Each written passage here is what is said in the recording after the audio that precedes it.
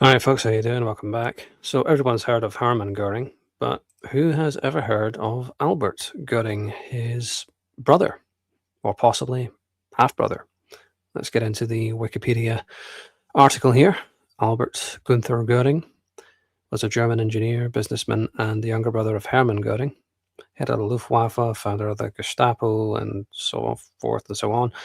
In contrast to his brother, Albert was opposed to Nazism and helped Jews and others persecuted in Nazi Germany.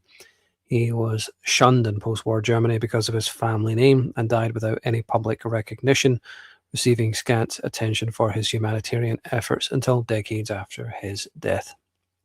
Albert Goering was born March 9th, 1895, in the Berlin suburb of Friedenau. By the way, forgive me if I mispronounce these words, I don't speak German.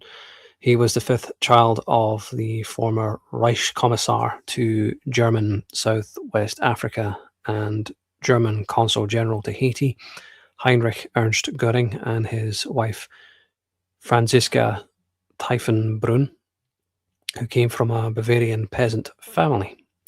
The Goerings were relatives of numerous residents of the Eberlin area in Switzerland and Germany, among them German Counts Zeppelin, including aviation pioneer Ferdinand von Zeppelin, German nationalist art historian Hermann Grimm, author of the concept of the German hero as a mover of history that was later embraced by the Nazis, Swiss historian of art and culture, political and social thinker Jacob Burckhardt, again, if I'm mispronouncing that, apologies, I don't speak the language.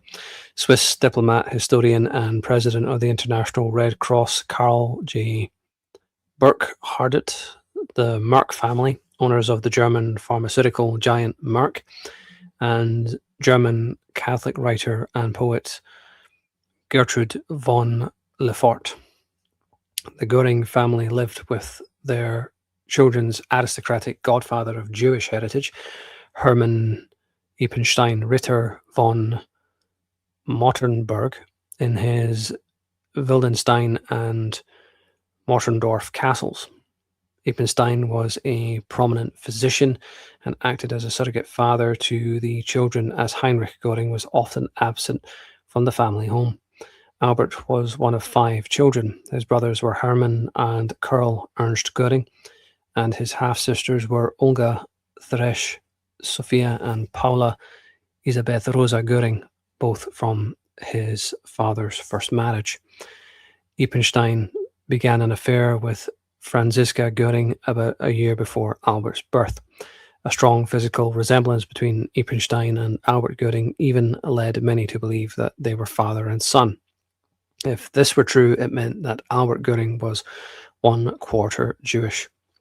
However, Franziska Goering had accompanied her husband to his post in Port-au-Prince, Haiti, and lived there with him between March 1893 and mid-1894, which makes this seem extremely unlikely.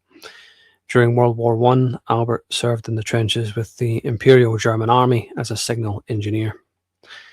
Anti-Nazi activity. Goering seemed to have acquired his godfather's character as a bon vivant and looked set to lead an, quote, unremarkable life as a filmmaker until the Nazis came to power in 1933. Unlike his older brother Hermann, a leading party member, Albert Goering despised Nazism and the brutality involved. Many anecdotal stories exist about Goering's resistance to the Nazi ideology and regime. For example, Albert is reported to have joined a group of Jewish women who had been forced to scrub the street. The SS officer in charge inspected his identification and ordered the group's scrubbing activity to stop after realizing he could be held responsible for allowing Hermann Goering's brother to be publicly humiliated.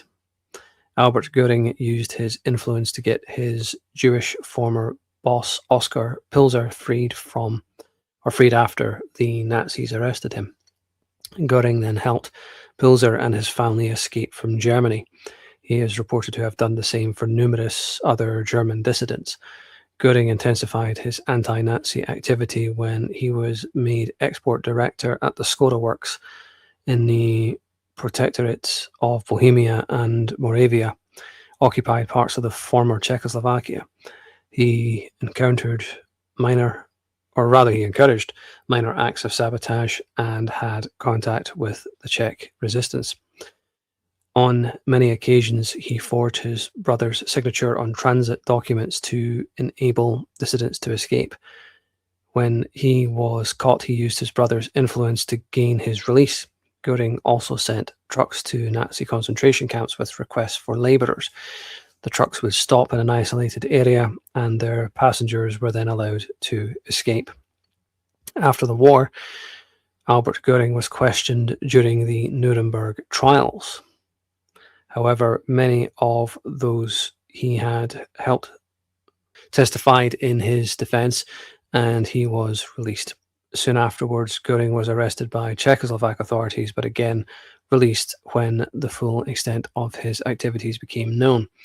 In 2010, Etta Goering, the daughter of Hermann, said of her uncle Albert in The Guardian, he could certainly help people in need himself financially and with his personal influence, but as soon as it was necessary to involve higher authority or officials, then he had to have the support of my father, which he did get.